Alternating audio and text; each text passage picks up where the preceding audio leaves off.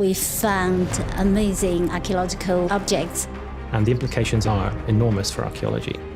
It's going to be truly revolutionary. In September 2025, archaeologists in Xi'an pulled a 16-ton coffin from the earth near China's most famous tomb. I think it's really important in the context of world history, of global history. It had been sealed for 2,200 years. Inside, thousands of bronze coins, jade carvings, weapons, and gold camels. We already found thousands of Terracotta warriors, but we didn't have an opportunity to excavate a real Qin warrior. No signs of looting, no disturbance, just silence, waiting beneath the shadow of the first emperor's mausoleum. This might be the key to proving that this is not just legend, but fact. And now, scientists are racing to figure out who this person was and why they were buried with such extraordinary wealth. So what made this discovery so unusual? The September 2025 discovery. The excavation began quietly, led by Zhang Wenxiao from the Emperor Qin Shi Huang's Mausoleum Site Museum. The site wasn't new. Archaeologists had known about this particular tomb since 2011, when ground-penetrating radar identified 9 large burial chambers scattered around the emperor's main mausoleum. But they hadn't touched it.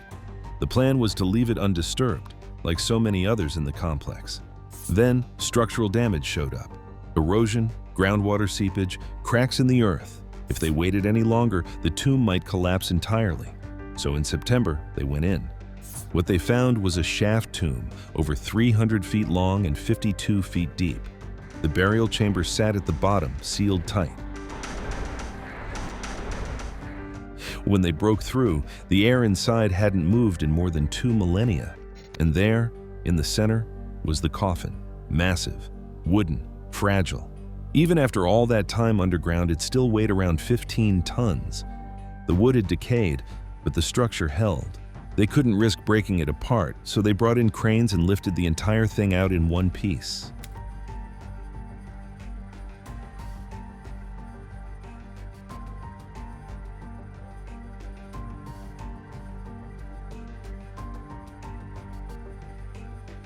Zhang Wenxiao's team couldn't believe it.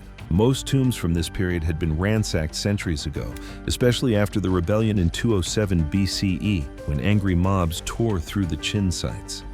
But this one? Untouched, the seal intact. Everything still inside, exactly where it had been placed over 2,000 years earlier. It was, in Zhang's words, amazing. The tomb's condition told them something else, too. Whoever was buried here had serious status.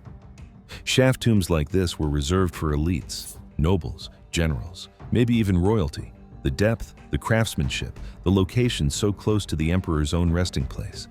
All of it pointed to someone important, what was found inside. Once the coffin reached the lab, the real work began. They couldn't just crack it open. The wood was brittle, the contents delicate. So they started carefully, cataloging every item as they went. First came the bronze coins, 6,000 of them, round with square holes in the center. Standard Qin currency, the kind used across the empire after Qin Shi Huang unified China's economy. Each coin was stamped with characters, some still legible after all this time. The sheer number suggested wealth, but also something else. In ancient Chinese belief, you needed money in the afterlife, lots of it. These coins were meant to buy favor, pay tolls, ensure comfort in the world beyond. Then, the jade. Carvings, small and intricate. Jade wasn't just pretty. It symbolized purity, immortality, protection. The wealthy were often buried with jade plugs in their orifices, jade suits, jade amulets. This tomb had plenty. Weapons came next, swords, likely bronze, though some may have had the chrome plating the Qin were famous for. A technological marvel even by today's standards, that plating kept blades sharp and rust-free for centuries. There was armor too, pieces of it at least, suggesting the occupant had been a warrior or held military rank. Cooking utensils filled another section. Pots, ladles, vessels for food and drink. The idea was simple. You'd need to eat in the afterlife, so you brought your kitchen.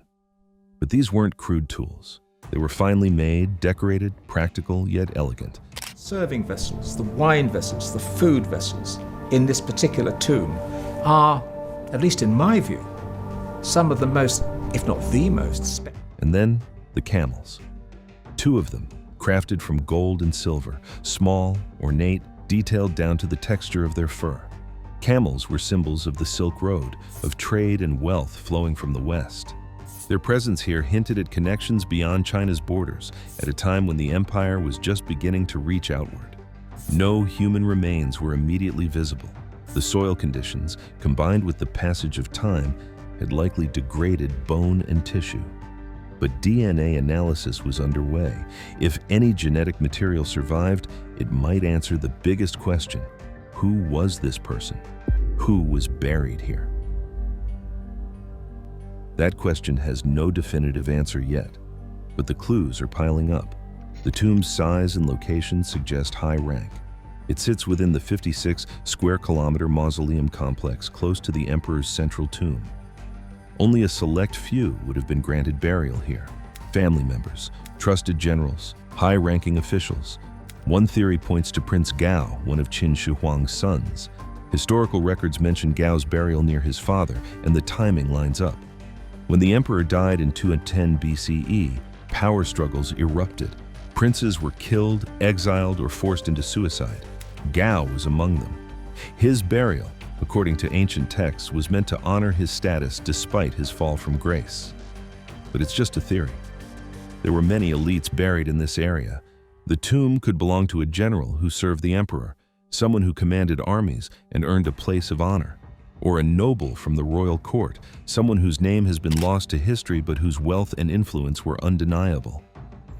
These tombs were symbols of power, they were symbols of wealth, they were symbols of political legitimacy. The artifacts support this. The weapons and armor suggest a military connection. The coins and jade indicate wealth. The camels hint at trade, at connections to the broader world. All of it fits the profile of someone at the top of Qin society. DNA analysis might settle it.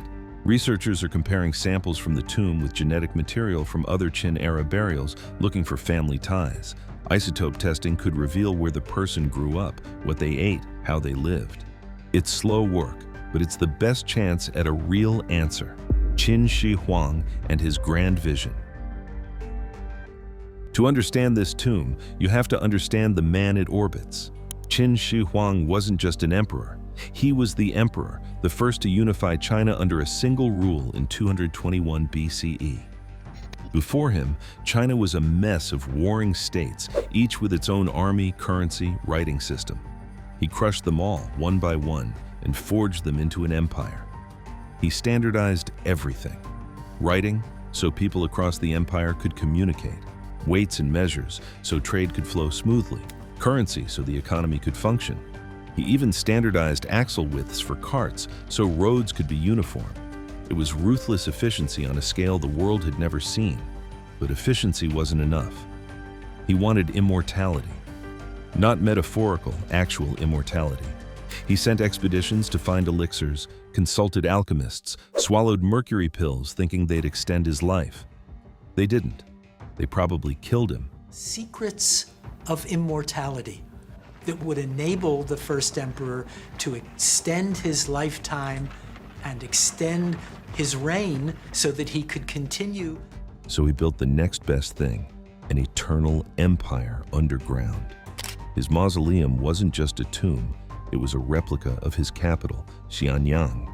It had palaces, rivers, an army, everything he'd need to rule in the afterlife. Construction started in 246 BCE, the year he took the throne at age 13. It took 38 years and 700,000 laborers. Some estimates say more. Many of those workers never left. They were buried alive or killed to protect the tomb's secrets. The central tomb remains unopened. Ancient texts describe rivers of mercury flowing through it, mimicking the Yangtze and Yellow rivers. In 2000, soil tests confirmed mercury levels 100 times higher than normal. There are crossbow traps, poisoned arrows, mechanisms designed to kill intruders. Modern archaeologists won't touch it, not yet. The risk is too high, the preservation concerns too serious. But the complex around it, that's fair game. And it's massive, the mausoleum complex.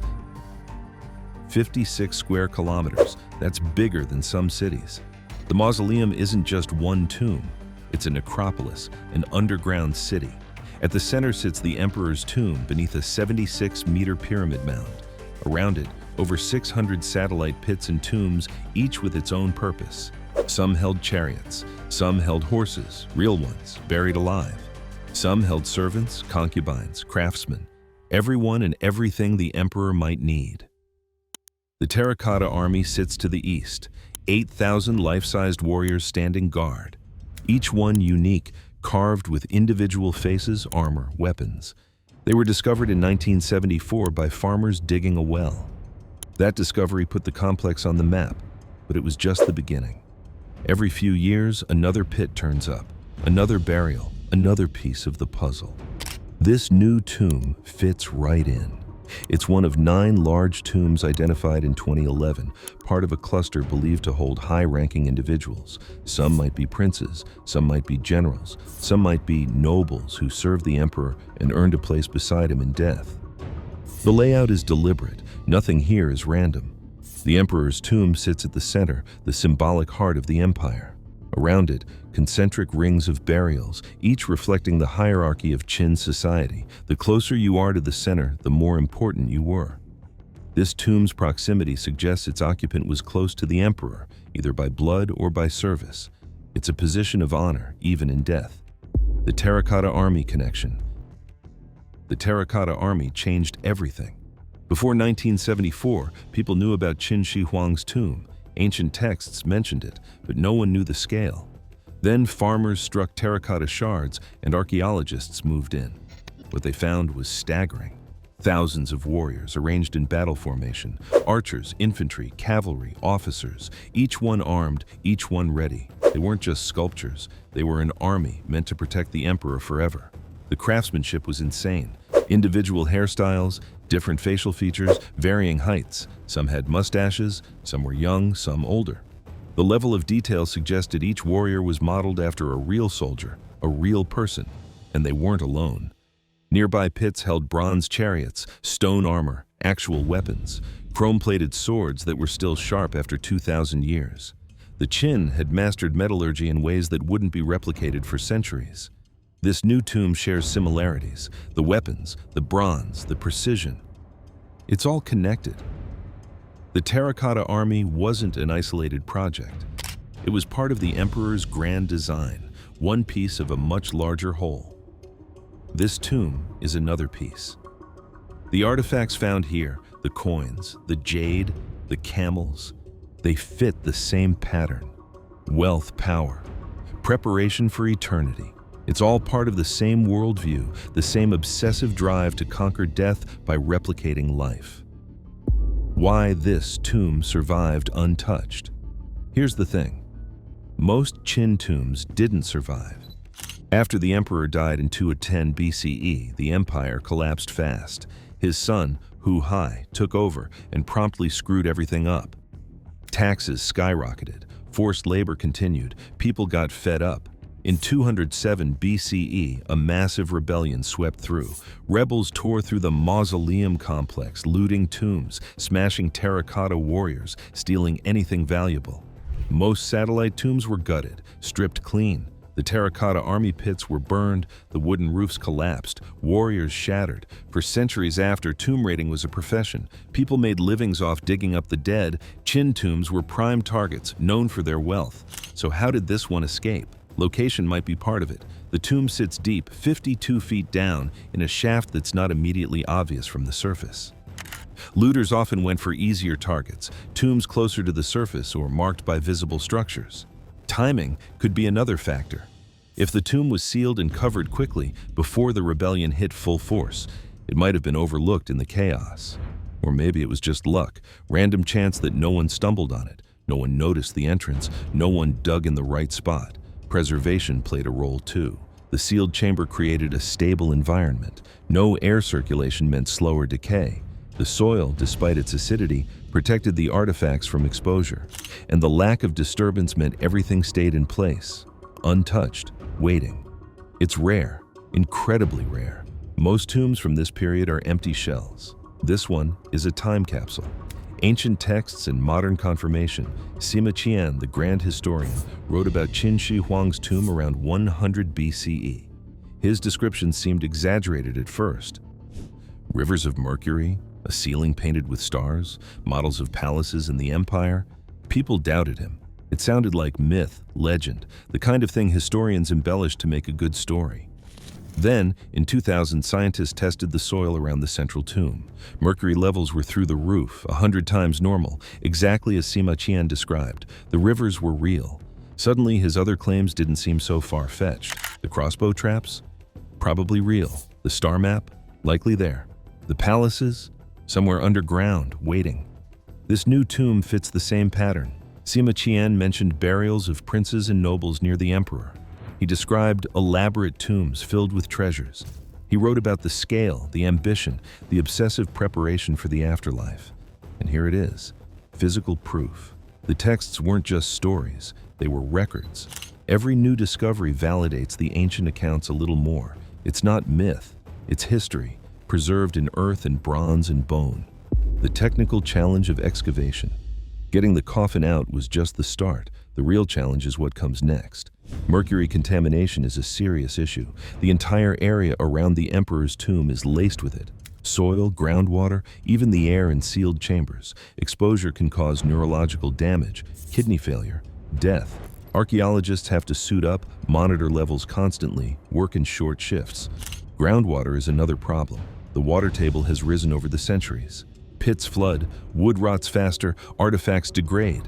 Pumping water out risks destabilizing the ground, causing collapses. It's a balancing act, keeping the site dry enough to work but stable enough to stay intact. The coffin itself is fragile. The wood has been underground for 2,200 years. It's brittle, prone to cracking. Moving it risked breaking it apart, losing context, damaging whatever's inside. That's why they lifted it whole. Better to preserve the entire structure and work on it in a controlled lab. In the lab, they use CT scans, non-invasive imaging, anything that lets them see inside without opening it. They're looking for bone fragments, fabric, organic material, anything that survived. Isotope testing comes next.